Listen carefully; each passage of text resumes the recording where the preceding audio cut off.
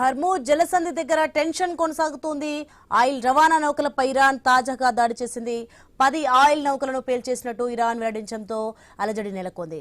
IRGC ప్రకటనతో ఒక్కసారిగా కలకలం మొదలైంది. ఇక ఈ ప్రాంతంలో ఇప్పటికే ఆయిల్ రవాణా నౌకలు ఆగిపోయాయి. వందల సంఖ్యలో ఉన్నాయి. వీటిని ఇరాన్ లక్ష్యంగా చేసుకోవడం ప్రపంచ దేశాలను కలవరపెడుతోంది.